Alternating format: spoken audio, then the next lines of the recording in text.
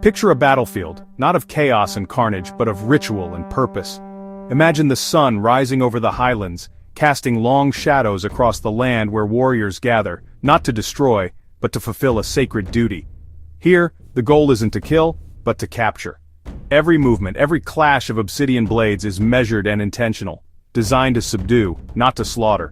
The Aztec Empire, renowned for its breathtaking art and advanced astronomy, concealed a spiritual world where the gods demanded human hearts to sustain the very fabric of existence. To meet this insatiable need, they created the Flower War, Xochitlcoatl, a ritualized conflict with deadly stakes where every participant knew the risks and the honor involved. These were not wars of conquest or expansion but of collection. Warriors sought living captives, not lifeless bodies, to offer to the gods.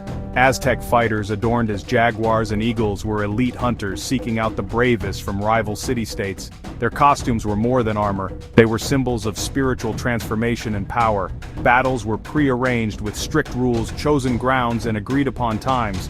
More like a grim tournament than a chaotic war, where honor and ritual outweighed brute force. The objective was clear: capture living warriors for sacrifice, a sacred duty believed to keep the universe in balance and the gods appeased. To the Aztecs, a fallen warrior was a wasted offering. Only a living captive could be presented as a worthy gift for the gods, ensuring the cycle of life continued. The poetic name Flower War masked a violent reality. Blood was the flowery water that nourished the cosmos, a vital essence for the survival of all. Warriors fought for honor, social status, and the promise of eternal glory. Captives faced a one-way journey to Tenochtitlan's towering Templo Mayor, where fate awaited them. Unlike modern wars fought for land, resources, or ideology, the Aztecs waged war for cosmic survival, believing their actions kept the world from unraveling. Their sun god, Huitzilopochtli, needed human blood, Chalchihuatl, to rise each day, and without it, the dawn would never come.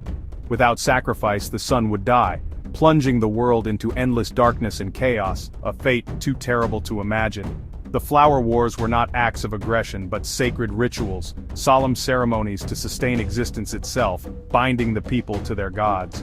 For the Aztecs, this was a necessary horror, a contract with the gods written in blood, a price willingly paid for the continuation of life. Every battle, every sacrifice was a desperate act to keep the universe alive, to ensure the sun would rise and crops would grow. In their eyes, the Flower War was the highest form of devotion, a blood-red blossom blooming for the gods so that the world could endure another day. Why did the Aztecs stage these deadly rituals? What drove them to such extremes, risking life and limb in the name of their gods? The answer lies at the very heart of their worldview, a world shaped by cycles of creation and destruction, where the fate of all life depended on keeping the gods satisfied. By the 15th century, the Aztecs already ruled a vast empire. They didn't need more land or gold. Their cities thrived, their markets bustled, and their influence stretched across the valleys of central Mexico. The Flower Wars were about feeding the gods, not expanding borders. These conflicts were spiritual obligations, not campaigns for conquest. After famine and disaster, priests believed the gods were starving. Only human life could restore balance. The land's suffering was seen as a sign of divine hunger, a warning that the cosmic order was at risk. So the Flower Wars became a scheduled, state-sponsored obligation to provide a steady stream of sacrificial victims. It was a grim but necessary duty, woven into the very fabric of Aztec society. These battles were arranged in advance with elite warriors meeting on agreed fields. Both sides understood the rules: honor, bravery, and ritual above all. Capturing an enemy brought honor. Being captured meant a glorious, sacred death. For many it was a chance to serve the gods in the most direct way possible. This system also kept the Aztec military sharp, serving as live training and a show of power. It was a proving ground for young warriors and a reminder of the empire's might. The Flower Wars were psychological warfare, demonstrating Aztec might and the insatiable hunger of their gods. The spectacle inspired awe and fear in friend and foe alike. For both sides it was a shared code: battle, capture, sacrifice. This ritualized conflict bound enemies together in a cycle of violence and faith. The wars were as much about faith and fear as they were about politics. Every participant, every witness, felt the weight of cosmic responsibility. In the Aztec world, the gods' thirst was the empire's true enemy, a hunger that could never be fully satisfied but one that shaped every aspect of Aztec life.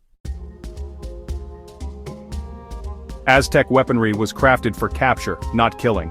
Lacking iron, they used obsidian, volcanic glass sharper than steel. The macuahuitl, a wooden club edged with obsidian, could maim but rarely killed instantly. Warriors aimed to wound and subdue, not slay. Ranged weapons like the atlatl hurled spears to break enemy lines, making capture easier. Shields and quilted cotton armor offered protection, while brilliant featherwork displayed status. Every tool from club to armor was designed for endurance and skill. The battlefield became a test of patience and precision, wearing down foes for capture. Victory meant dragging captives away, not leaving bodies behind. The Flower War was a brutal dance, choreographed for sacrifice. Capture was the climax, a brutal, intimate struggle. Wounded warriors were bound and led away, not as criminals, but as honored vessels for the gods. Victors paraded their captives through Tenochtitlan, celebrated for their strength. Captives awaited sacrifice, sometimes for weeks, treated with a strange mix of reverence and dread. They were cleansed, dressed, and included in ceremonies, honored before their end. The bravest faced a final, hopeless fight, tied to a stone. Armed with a feathered club, they battled Aztec warriors in a ritualized display. Defeat was certain, survival was not the point. Their fate was sealed the moment they were captured.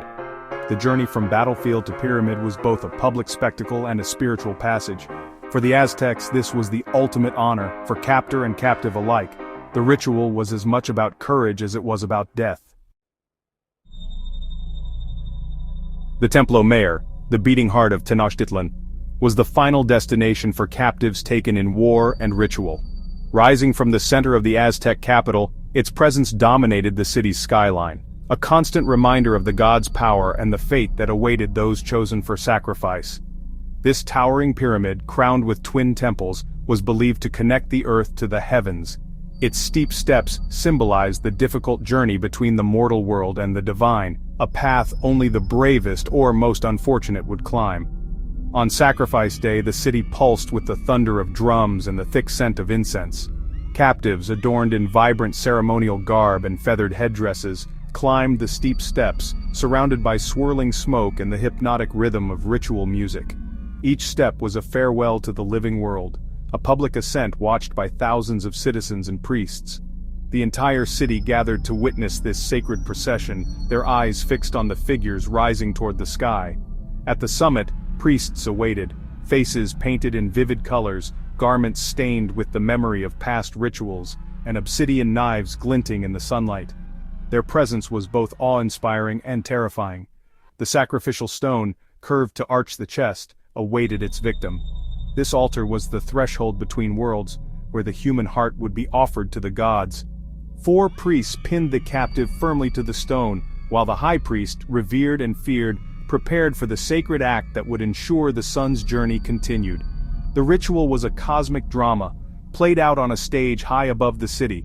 Here, the fate of one was believed to shape the destiny of all. The climb was exhausting, the air thin and the view breathtaking. Yet for the captive, the end was inevitable, a final moment suspended between earth and sky. The captive's journey ended at the altar, their heart destined for the gods, a vital gift to ensure the world's balance and the gods' favor. The pyramid was both stairway and stage for the ultimate offering, a place where the mortal and the divine met in a moment of sacrifice. For the Aztecs, this was the moment the universe was renewed, when the cycle of life and death was honored and the gods were reminded of their bond with humankind. Pinned to the stone, the captive's fate was swift and brutal. The high priest plunged an obsidian knife below the ribcage, reaching for the heart.